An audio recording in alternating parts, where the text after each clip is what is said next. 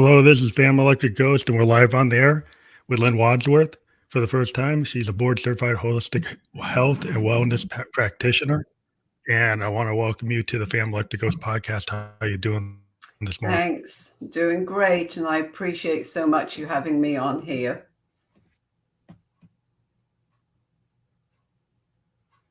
So we want to let people know that we've got your URL link below. You can see that holistic health and wellness.com, and then /thrive through on menopause. Now that would be fully clickable.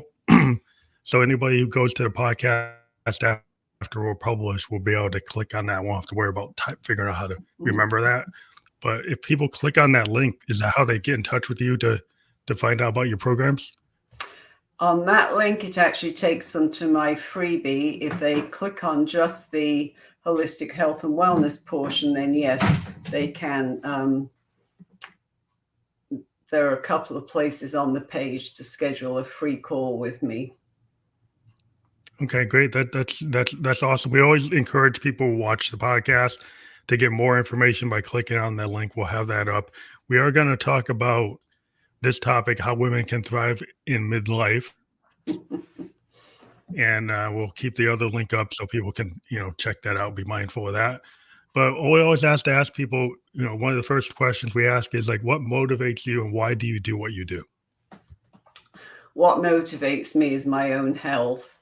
I was a yo-yo dieter all of my life. I've been a member of just about every organization out there. Been to diet clinics, done everything. A total sugar addict. And so you go to those programs, and what's bad is that they give you lots of, you've just got so many points or so many calories if you eat one of these. And I'd always head for the donuts or something. So doing that all of my life, and even at some point being anorexic through this whole thing, I at some point realized I was harming my body. So I started with high cholesterol, then I started with high blood pressure and migraines every day, debilitating migraines probably 5 days out of the week. And I just decided something had to change. So for me, it was a great option because I went somewhere different from my headaches, because at that time I was hooked on Vicodin, but the medicine, not so much. And I was going to the Institute for Integrative Nutrition, and all of them were holistic in their basis. And so it really was a transformation for me. Very quickly, I changed my life. I changed my habits. I changed the way I eat. And it just was transformational for me. And that's one of my passions, with helping people to be healthy. Because when we get to midlife, let's face it, we're really only halfway through our life if we're taking care of ourselves, and we want that longevity where we can take care of ourselves. And so many people get to midlife, get to maybe menopause if it's for a woman, and they begin to think, I've been through it. You kind of think, this is it. This is the end of my life. What do I do? Where do I go? And so I like to help people through those stumbling blocks or mindsets, because I believe that as we get into midlife, our life's just beginning. And I want to get that passion over to other people to really know that this can be the most productive, happiest, fulfilling time of life. That is a mindset thing, because a lot of people feel like, they go back to college or high school and think that's like the high point of their life, depending on the kind of situation, if they were popular or whatever. But a lot of times I've talked to people that are in there's like this second phase. I'm 56, and a lot of people after the pandemic were like resigning, going back to their passions. So saying like, I wanted to be an author. I was in corporate America. I wanted to be a painter. I want to go and do acting, on stage. They just started to go back to their passions. And a lot of people say, well, it's like childish to do that. But if you have something that you want to do, you still have a lot of time. like it's a mindset. If you think you're done in midlife, it's like you have a lot of years left if you choose to think that way. Yeah, absolutely. Absolutely. So yeah, so I mean that's an interesting thing also is looking at in terms of the whole idea of a diet mentality. Like and they're going Yes. through like Yeah. phase diets and it seems like it's like people are looking for like programs and like 10 step, 15 step, do this, do that, extremes like only eat vegetables, only eat this, only eat carbs, only eat meat. It always seems like a little out of balance. And it Yes. seems like the holistic, in terms of health, like I went towards some holistic things because I had some medical issues. And it seems like medicine sometimes doesn't seem to understand. If you go to a doctor, he asks them, well, what about nutrition? What about like peace of mind? What about meditation? What about other they only think about like pills and procedures, like Western medicine, at least Yes. in Yeah. America. It's always about like it's a pill, it's a procedure, but it's never like looking at state of mind and you know what you eat. If you're eating a lot of garbage in, garbage out, you know. Yeah. Yeah. And diet mentality is a great word because that's how I lived my life. And so when I work with clients, it again is a mindset thing that you have to go over that whole diet mentality with them and help them look at it from a different perspective. We're not on a diet, we're on a life's mission to be as healthy as we can and have the healthiest end possible. With these diets that people go on now, they're fad diets. They think that, oh my gosh, I can just do this, this, and this, and I'm going to lose it quickly. There is no quick permanent fix for losing weight. You even going to something like Ozempic and all these new epidemic type of things for weight loss, when you get off it, what are you going to do? They haven't taught you how you then get back into the world and eat how you should. Yeah, it's always like it's a problem because the people don't realize if you go on that, it's like you have to have something that is incremental and sustainable, Yes. right? So if you Yeah. can do, so if it's too extreme, you're not going to do that for the next 30 years. It's like you have to do something that you're going to be able to do every day, and it's not going to be a hardship for you to integrate into your plans. And that's why I think a lot of people fail at a lot of things because we live in a world of the 30-second, 15-second Yes. instant gratification. If Yes. it doesn't happen, then it's over, or it doesn't matter if you shouldn't do it.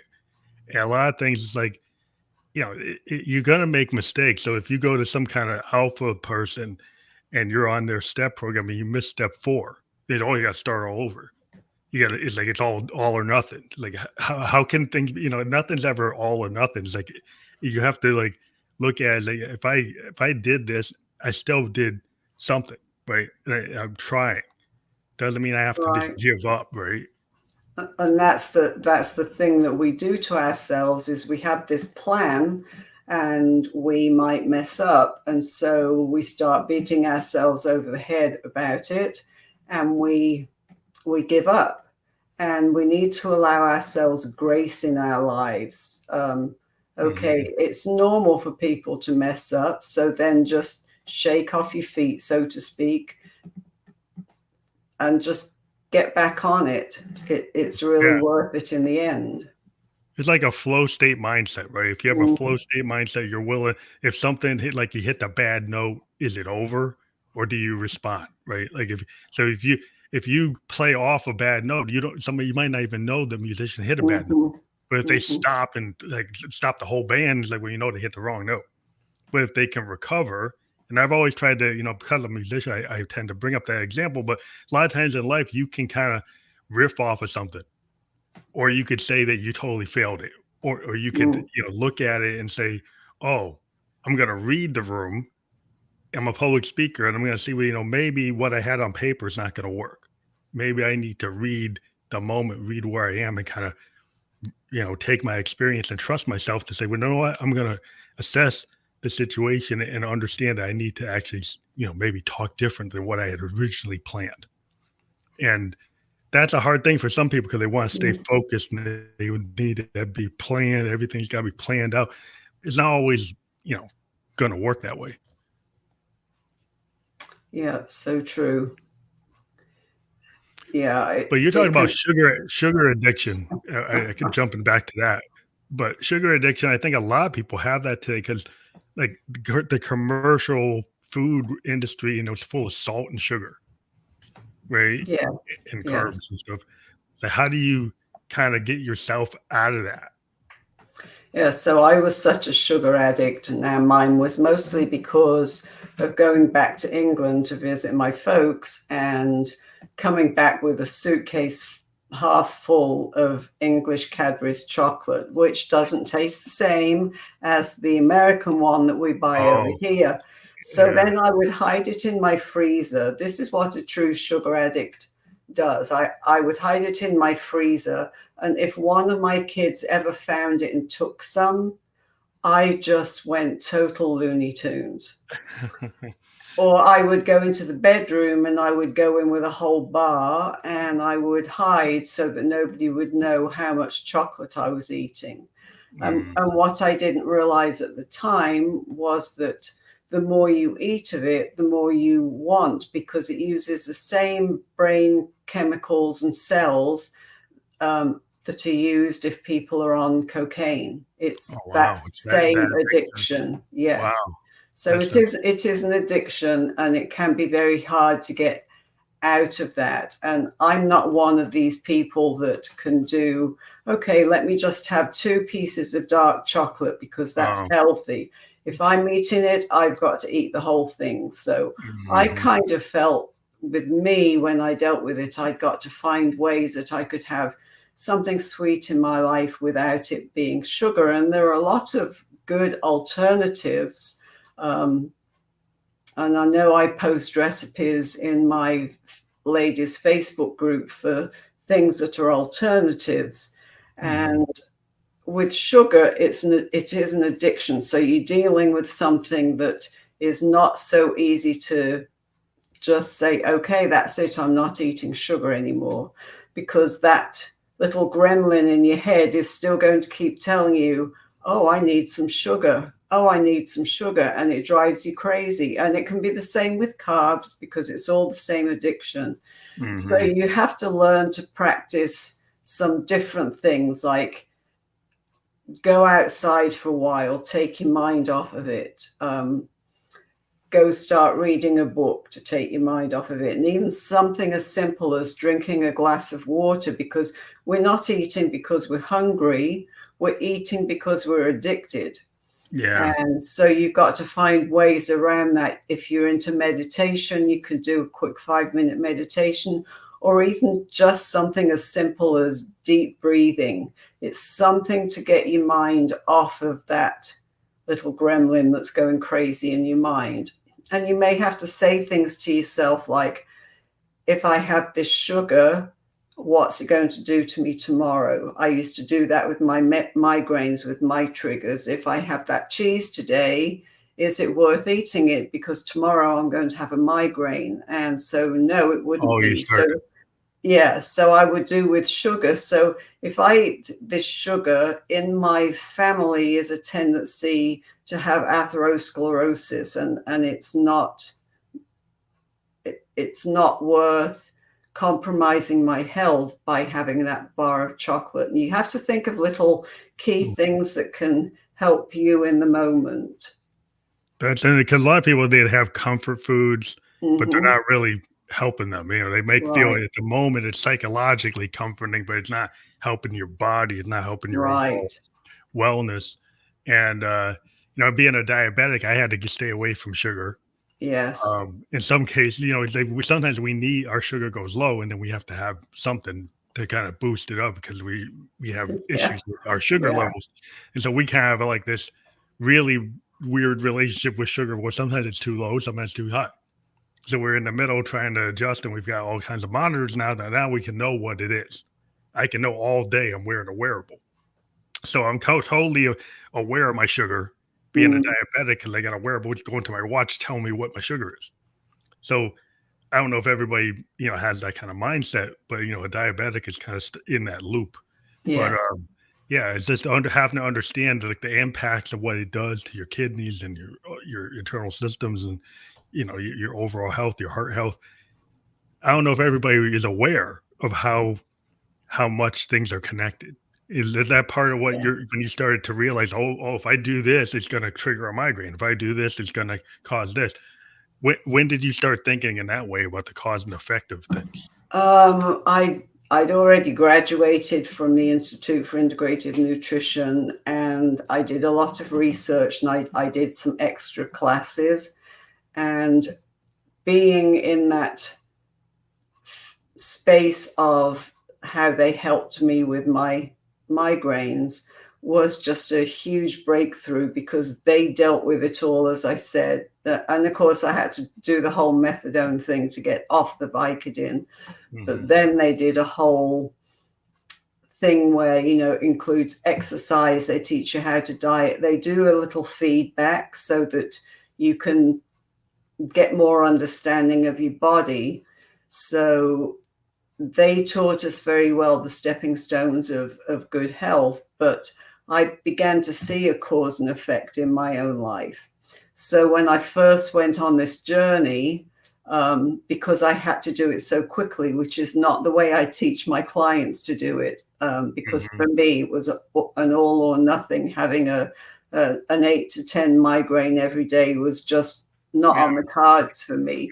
So I began to see, and it's even the causal thing of, if I'm deprived of sleep, then not only am I grumpy the next day, but it can cause a headache for me, or it makes me prone to the environmental changes around me to give me a headache. And Hmm. it's the same with food. If you take in some food and you feel bloated and you feel tired, then you've got to think to yourself, what is it that I'm eating that's making me feel like that? Yeah. So I always have my clients keep what I call a wellness journal. It's not just the food intake, it's how you feel with the food, because it really opens up your eyes to what does what. So I found silly things that I'd eaten all of my life, like yogurt was one of my favorites. I could not eat any dairy products.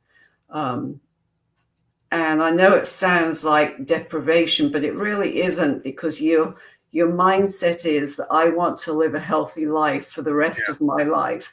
So, it's learning how to substitute. So I found the way that you can make cashews into milk, Yeah, and you cashew can, milk and almond yeah, milk. Yeah, but the plant milks, right? So, like, a lot of people are, like, stuck on dairy because they grew up with the dairy, yeah, and then they don't realize it's triggering an allergy or triggering a bad yeah, effect. It's giving them, like, IBS, or it's giving them headaches, it's giving them this. It's like they can't tolerate it, but they're thinking, "Well, that's what it should be." But it then goes to, like, a mindset. Just because you yeah, grew up as a kid with dairy, your body has, like, adjusted, and you can't really tolerate it, right? Like, if you're at the point where what I should be able to, but you don't. So then you have to hit that wall and, like, oh, maybe I should look like a plant-based, like, almond or cashew or something else. Uh, which, some people, well, I don't know. That seemed kind of foo-foo, but yeah, at some point you have to, like, look at things and have more of an open mind. Is that a yeah. problem too with people where they get It stuck it where they is it, yeah. and I think that we were brought up to believe that, oh, milk is so good for us. And I have to say, my husband to this day drinks a glass of milk most days. I stopped that years ago, but the research and the educational part of it tells us that we really, as adults, do not need to be drinking milk. Mhm. It's for the young, it's not for the old. So if I'm using, see, I don't have anything in my coffee. It's black. So it's not like I need to look for a substitute creamer. But you can use things like actual cashews, stick them in a blender like a NutriBullet, and it whips up in.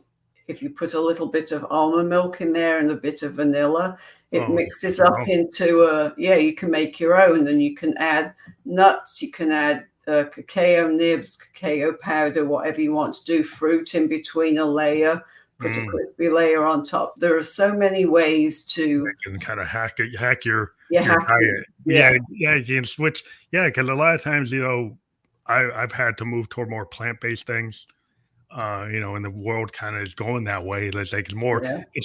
it's beneficial at a microcosm level for your individual self, but also at the macrocosm level Hmm. because a lot of the cattle and stuff is like, I want to get into CO2, but there are issues with so many cattle create a lot of CO2, which is, another effect. So sometimes like your individual decision to take care of yourself can have like a global effect.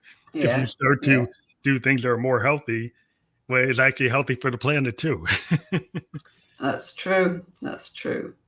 So you can give yourself motivation, say, hey, I'm helping not just myself, but other things beyond me. Which I don't know if people need that motivation, but like it's like when you try to figure out like how you got to stay on the track. You're trying to give yourself, journaling is great, like you said. A Yes. lot Yeah. of times, like because if you don't think about what you're doing and you don't assess it, and you just kind of like, I'm just kind of going out there blind, without any kind of assessments, like you start to look at those journals, you start to realize patterns. You start to realize, you put it together, like you said, you start figuring out the cause and effect, right? Yes. Yes. That's interesting. And also like, anti-aging, everybody's going to age, but you can do things so you don't like age like before your time. Like if you're doing things that are detrimental to your health, you could have, you know, impacts that you're 50 years old, but your body's like a 70-year-old. So how do you start to Yeah. open up things like that or understand that?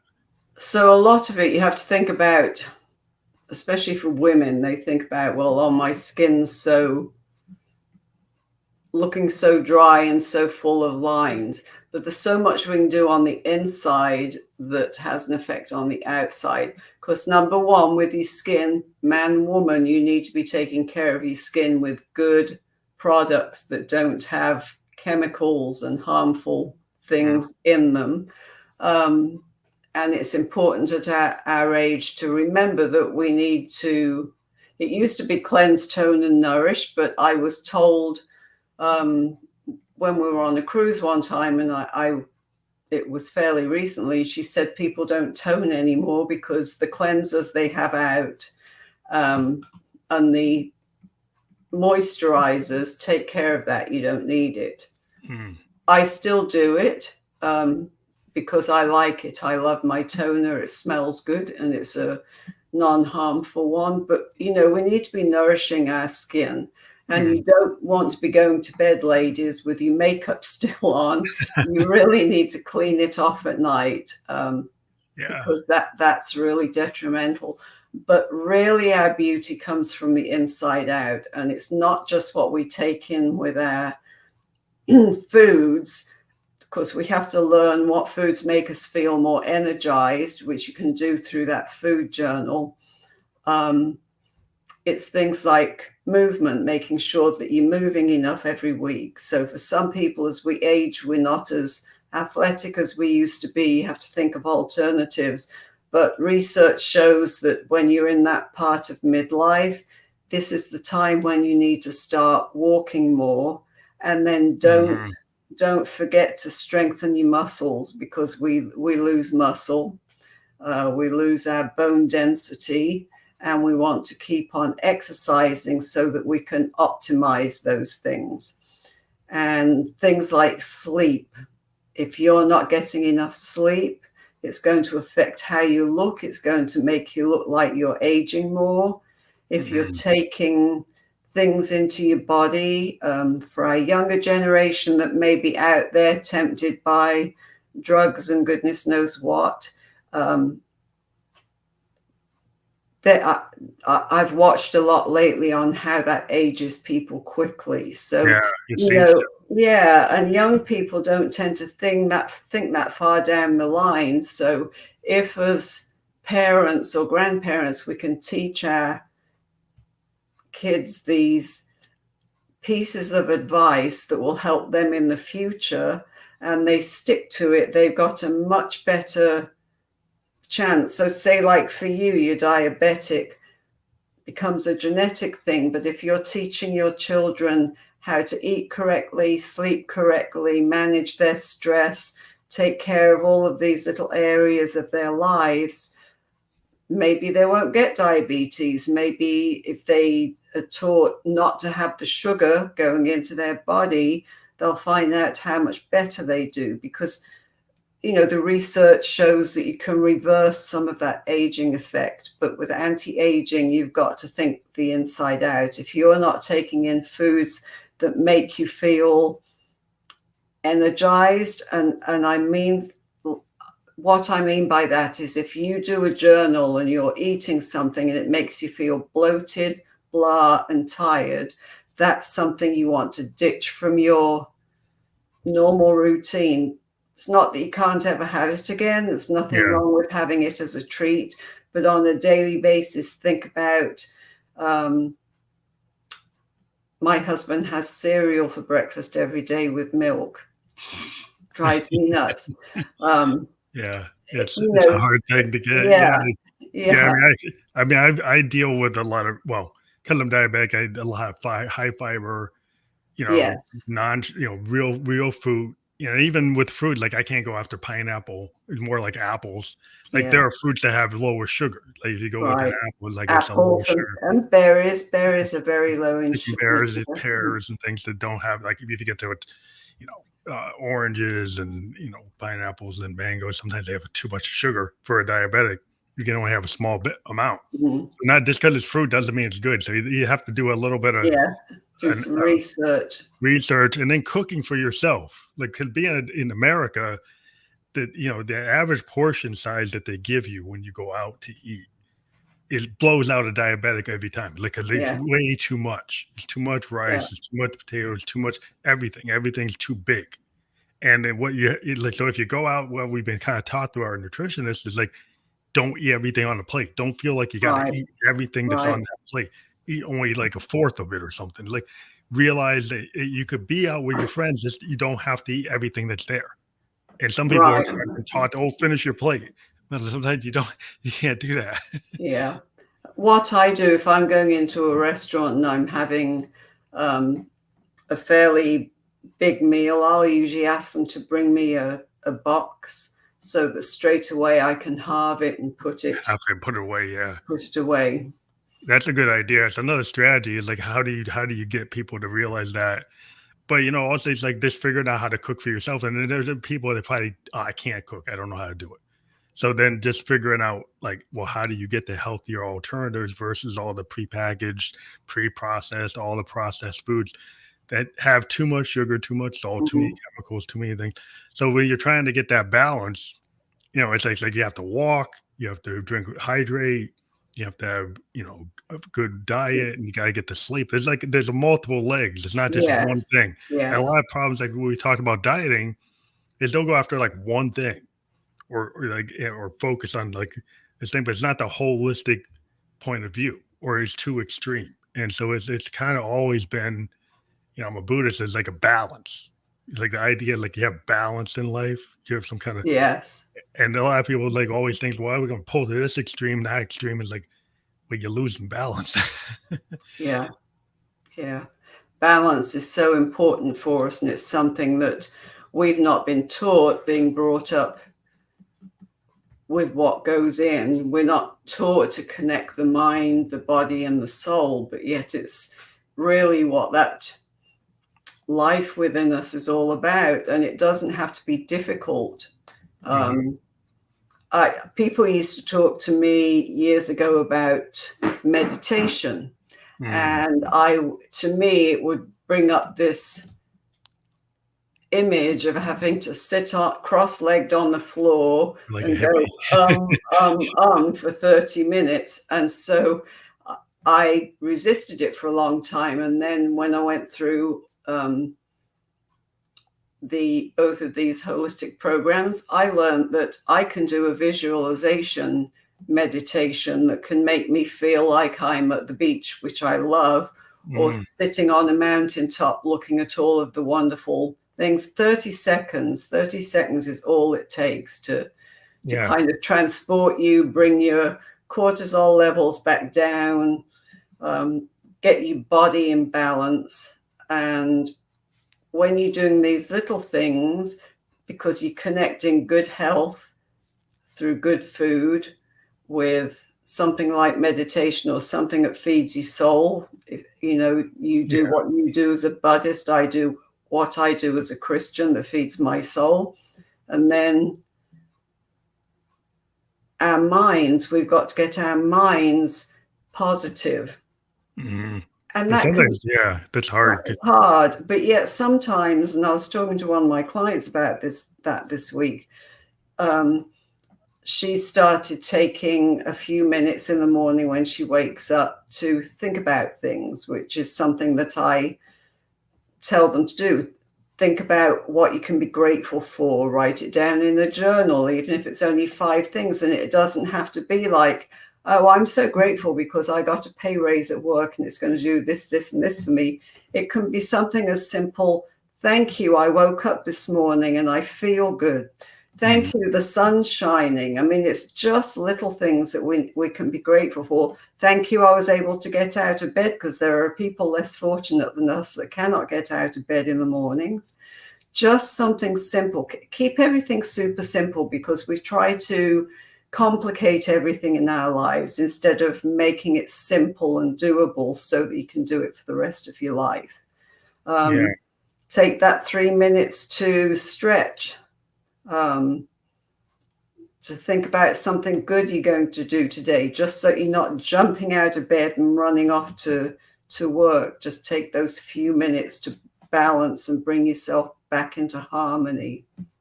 But it's kind of like the problem is that a lot of times you have like a too much noise going on in your brain. Yes. And the problem with our connected systems today, between you got a wearable, you got your phone pinging you every 5 seconds, and then you put your phone in you're sleeping in your bed and your phone's next to you pinging all night. And then you're not going to get any sleep. It just keeps on pinging. You keep on responding to all the pings. So sometimes you have to like disconnect from all that infrastructure, all that electronic stuff. And I live in New Hampshire, so I just like to go walk in the woods and turn off my electronic devices and just feel the woods. If you feel the woods, don't wear a Walkman or something, to listen to the river, listen to the birds. And that in itself was kind of, as a poet that said, nature is a cathedral. And I feel that I get that when I walk in the pines in New Hampshire. If I walk the river trails, it just is like very restorative. And that maybe not everybody feels that, because they're like, oh, I don't feel anything from that. But it's a way to, however you can do that. I think it's like clearing your head out, the cobwebs out. That's a good practice. Yeah. Even just if you get the chance to go outside barefooted and just stand in the grass for several minutes, because that grounds you and it roots you. Don't ask me how, but it's part of nature. Because some of us, so I live in Florida, and although I live on a beautiful lake and I can sit and have my coffee and really appreciate the environment, it's not like I can go off into the woods and have a great nature walk there. That's just, we're kind of flat and barren as far as that's concerned. Yeah, it's like, but it's different. Just the restorative power of nature in itself, being on a lake, there's this whole environment that in itself, whatever the environment is, if you can kind of get in tune with that without being in tune with your smartphone, that's why I think over time is like we've gotten so connected that a lot of times you have to say, like, I don't want to be in that loop, that feedback loop, because it caused a lot of anxiety. I see a lot of young people, and some of my daughter was getting like triggered by some blog, like some like, I don't know, some community she was on, and then somebody started saying something, and then people were going on for like 4 hours getting triggered by what people were saying online. And I'm like, that's online. It's like, well, just turn it off. But like people are so into that, it caused that like a problem. I'm like, it's real, but it's like, very real. It's virtual, but it's real. It's having an impact. Like you were physically with a bunch of people when they said it. It still seems to have the same impact. Yeah. And I always try this, one of the core principles that I teach about your digital stuff. So, turn off your digitals at least an hour before bed, because it causes your brain to go crazy, and you've got to get your brain and your mind quieted a bit. I'm not talking about quieted, because then we've got that whole thing of, oh, I'm thinking about all of this, and this for tomorrow. And that's why I tell people, have some paper and a pen at the side of your bed. Get that stuff out of your mind so that you can have a peaceful mind. And it's not just the devices that we have, but everywhere there are blue lights. So even in my plug strips where I plug in my phone and stuff, there's blue lights all around there. At our TVs, there's always a light on. At our alarm clocks, if we're still using regular alarm clocks, everywhere you look, there's light, and you really want to be able to sleep in a quiet environment, an environment. Now, I'm not saying don't use noise machines, because people find that can be very helpful for them, but it's the stimulus to the brain that we get with messing around on our phone. And I'm still not convinced. I've got nothing to go on. I haven't researched it. But when I think about books, because I love to read, and I'm like everybody else, got all of these books on my iPad to read. But what does that do to us at night if we're taking that last 30 minutes and we're reading, but we're reading from something digital? Yeah, versus like a paper copy. Yeah, because the light, it's coming off of that electronic device, and there's sound in the background too. There's a little humming, but maybe imperceptible.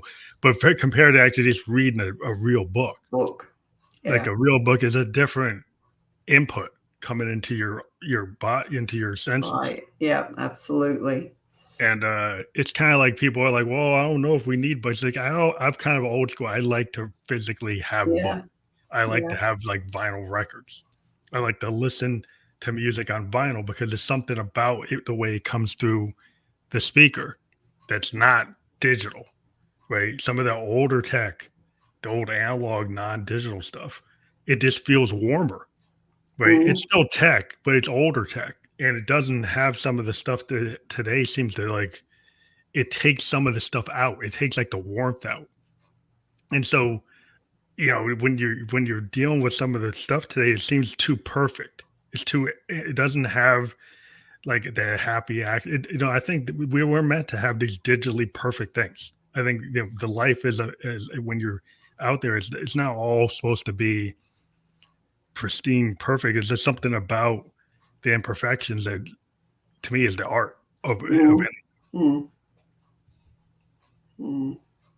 But it's, we live in a digital world where everybody wants to make everything perfect. Yeah. So that's always a hard thing to deal with, because it kind of goes toward the whole mindset where they got young people thinking they have to have, everything's got to be perfect, which is like, well, that's an impossibility. So then you're getting stressed out. So it's causing undue stress to the generation that doesn't understand. It's like you're going to make mistakes. It's okay to learn. You're learning. Yeah. I think that we learn from our mistakes and we grow from our mistakes. It changes who we are. It changes our perception of things if we allow that to happen. But people get so scared. I've seen people like they're scared to voice an opinion because they might not get it right. So if you've got an environment where if you say something, well, at least you're trying. But if you have some professor like shames you, or the people shame you for even bringing something up, then you don't ever bring it up, and then you don't have like a two-way conversation. It's have like we have a one-way conversation where you're supposed to think this instead of being able to express yourself. It's like, well, that's going to cause internal turmoil, and then you're probably not going to feel good, and then you might want to get comfort food, and you might want to go drink too much. You might want to do this because you're feeling like not connected. You're not being listened to. You don't feel that you have value. So it kind of goes to this whole, it starts to cascade into like the imposter syndrome, and I'm not good enough, and because you're not getting support, or you don't feel support. Right. Yeah. Totally get that. And Yeah. then, it's just interesting, like you find ways to thrive in mid-age.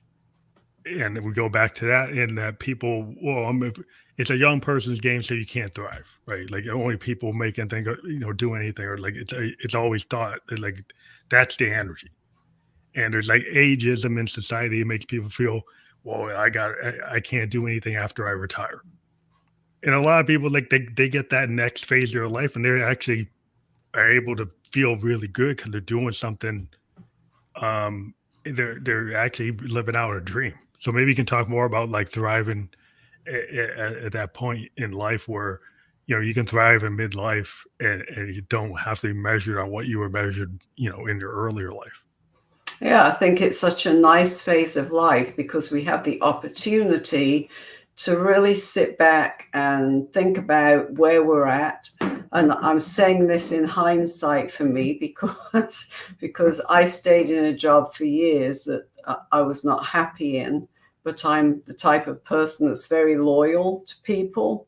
Hmm. Um, so it's very hard to make a change, but if you're not happy doing what you're doing, I think especially when we get to our 50s and we begin to reassess our lives, that's one thing that men and women don't always think about. They think they're stuck at where they're at, but they're not. If this isn't fulfilling you, because the last part of our lives needs to be about us being fulfilled, happy individuals who can help other people in society. We come through to midlife with so much wisdom that we can pass on to other people.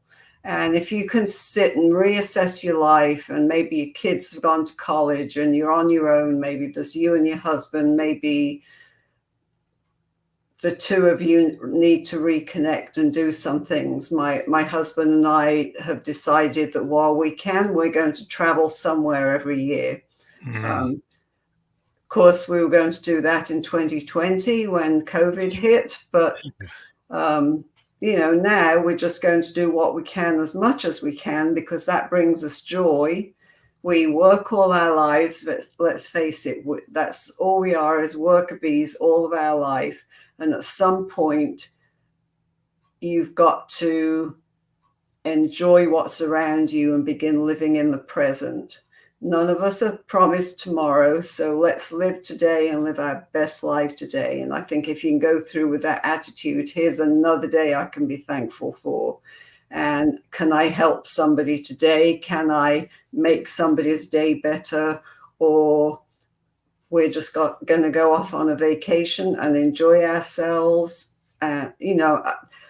I wish I had thought of a lot of this when I was younger, when I was spending money I should have been saving, Hmm. because, and it's something that our kids now do is put into their pension funds or 401ks that my company stopped matching our money. So it really made us feel like, what's the point of it? But, I think that as much as you can save during this time of life, or in your early years, so that when you get to this time of life, you don't have to worry about, do I just have to live on Social Security? Because I Yeah. know I know here in the States and around the world that is not much money. No, So no. no, Yeah. I mean, it's a lot of times, people have not kind of fully thought it out, and our our employers aren't doing defined benefit plans anymore. So right, the idea of having a pension is like, there's only some people that get that. Now everything's like it's on you. right, And that's kind of dangerous because now we got a whole generation of people like they don't think it out, right? So they don't really have it, and then they're going to be working with you, and they can't always work, and you might not find it, with AI and everything. right, Who's going to give you work? But what I find is like there's still opportunities. Like you said, it's not over. Like if you have a mindset that's got a kind of like not the childlike mindset that's willing to explore, that's not limiting like what the possibilities are, then you can always have that next phase. You can do something, mm, whether it's travel, because then human beings are creative. Whether for you to travel, you have to find a way to do it. So you're using your creative capability to figure out, how am I going to do that? How am I going to go and have a budget to where I want to be able to do this? Yeah. You have to plan to use your head. And that's the nature of, things are going to be different. You have to kind of key off it and just live the experience without the, totally worrying about every little moment. I think the worry at some points prevents action. Like That's if you true. think Yeah. about, like, if you that's why I can't do that. As soon as you say you can't, then you've got to put that ceiling, and you're not going to even attempt it. And that's so true as we get to this midlife phase. We've got to learn how to change what our mind's telling us. So, say, for example, a big one for me would be getting out on the dance floor, because I feel very self-conscious, and my husband loves to dance. I've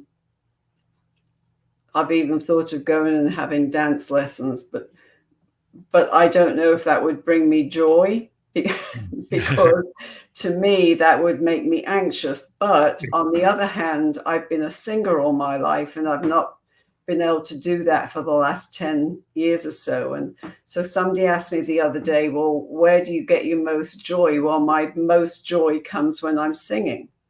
And so, that's been going round and round in my mind. What can I do that would incorporate singing more? Because we need to do something that makes us happy, and think about some of the things you did when you were younger, because often being responsible for people all of our lives, we get to this phase of life and it's a different type of responsibility.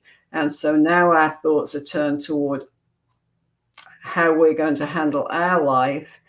And we need to have joy in our life. There's enough on the news that can drive you crazy, that could put you in the psych ward, because it's, so You yeah. get caught up in all the things that are, in the macrocosm, and then it ruins Yeah. your microcosm. It Yeah. ruins your individual life, because you're getting triggered by the news.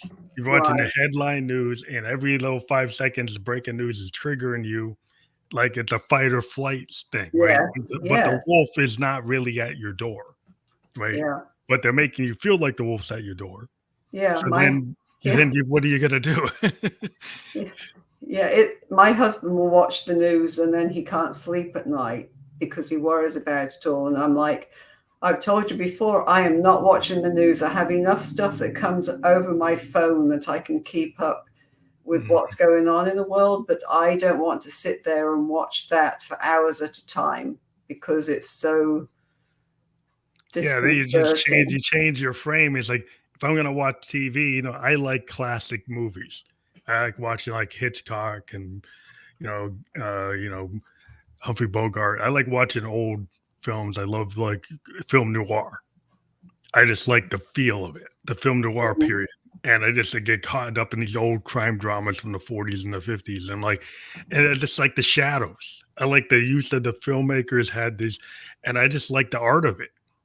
The art of, like, before the color films, like, there was a lot of use of the shadows in the film, and I just think it's, like, amazing. It's kind of like silent films too. There's a lot of really cool stuff, Mm. and I can get caught up in that, just the art of it. And that relaxes me rather than getting keyed off of, like, the Mm. next triggering event. Mm. Find something that's, like, interesting to you, and a book, or, going looking through art, and, going and play singing. I found these platforms on the net where people do, like, online um comedy clubs. And Mm. then this person had an app that had online comedy clubs, and then people started reading poetry. Then people started coming out and having days where they would actually sing. And it was like, you can go out there. So there's a lot of things that, if you choose, that you could find ways to connect and try things. If you're willing to kind of go out there, you can get into it. Mm. Yeah, it's as we go through midlife, it's everything is different. Our thought patterns are different, and so we have to go with the flow. Which I'm a woman that likes a plan. I have it planned out for the week and don't try to mess with my plan, because it can drive me crazy, but I'm working on that, trying to get a bit more flexibility, trying to spend more time with my family because I'm lucky enough to have them within a 10-mile radius. Mm-hmm. And, you know, as I say, do what brings you joy, but you've also got to remember in midlife, it's very important to take care of your body. It's my number one thing. And think about your exercise, think about how you're eating and what you're eating. Think about your sleep, as we've said. Think about your stress levels. Learn to manage stress. People say, how on earth do I do about that? But there are some tips and tricks that you can do. One of the big things I did working in the corporate world, and I was lucky enough to have my own office, but then again, you can do it anywhere, is just learn how to breathe very deeply and breathe out, because it really starts to bring down those cortisol, fight or flight things that are going on. And it's simple to do. You can do it for 30 seconds and nobody needs to know that you're doing it.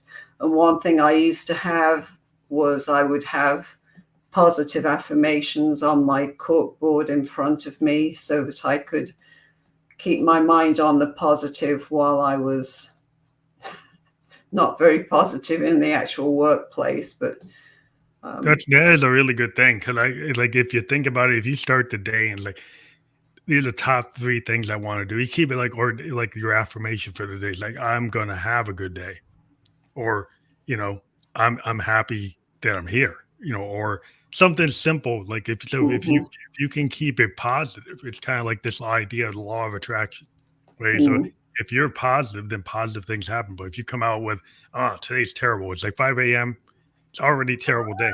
Then it's like, well, what's gonna happen for the rest of the day? It's like as soon as you wake up, if that's where your mind is, rather than, let's say, hey, it's a clean slate, it's not yesterday.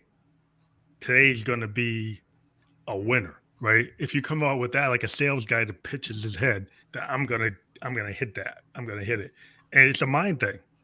And they go, well, it's like that's kind of like a salesman, but it doesn't have to be, that way. But it's the idea of thinking positive. yeah, yeah. Enjoy life to the fullest, but take care of you. And the thing is, people think that that's selfish, but how can you take care of other people if you're sick? Yeah, If you're it not starts with you. Yeah, like, it seems simple. Well, oh, it's like you say, oh, love yourself, and that's selfish. Like, no, well, you can't take care of your family if you don't love yourself, right. and then you're probably gonna make mistakes that are gonna hurt you and them, Yeah, because you're yeah, not coming at it the right way. So you're gonna do negative things. Your negative feelings, negative actions, negative thoughts are gonna lead you down the rabbit hole, yeah, and it's like, well, what happened? Well, you're just like, if you think it's gonna be a bad day, it's disastrous year, it's like, well, where are you gonna be? Like, if that's where you're thinking, that's not exactly, well, I'm being pessimistic. Well, being pessimistic, is like, not everything's gonna be perfect, but if you're on the down all the time, how is it? yeah, Where's that gonna lead? yeah. Life can begin at 45, 50, wherever, and it can just be a tremendous turnaround and happy time. Just putting in some key daily habits that can last you a lifetime. And you're right, the mindset is the first one that you need to work on. So people maybe retire early and they think, well, what on earth can I do now?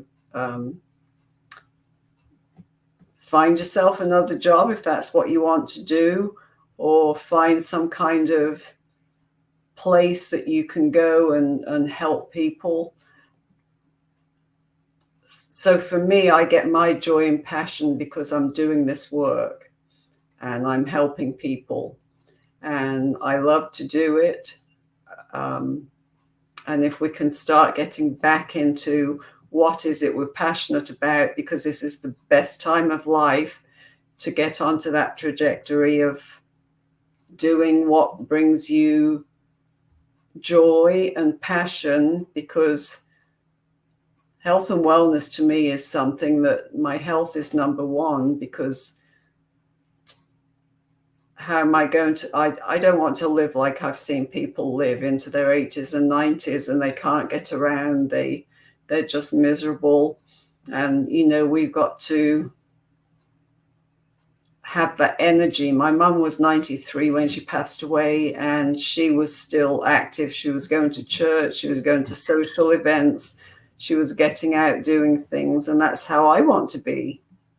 Yeah. You just don't want to be hiding in the corner, scared of everything, or like not, being, you get so fragile that you can't. So you don't want to be in that fragile kind of zone where you're boxed in, Right.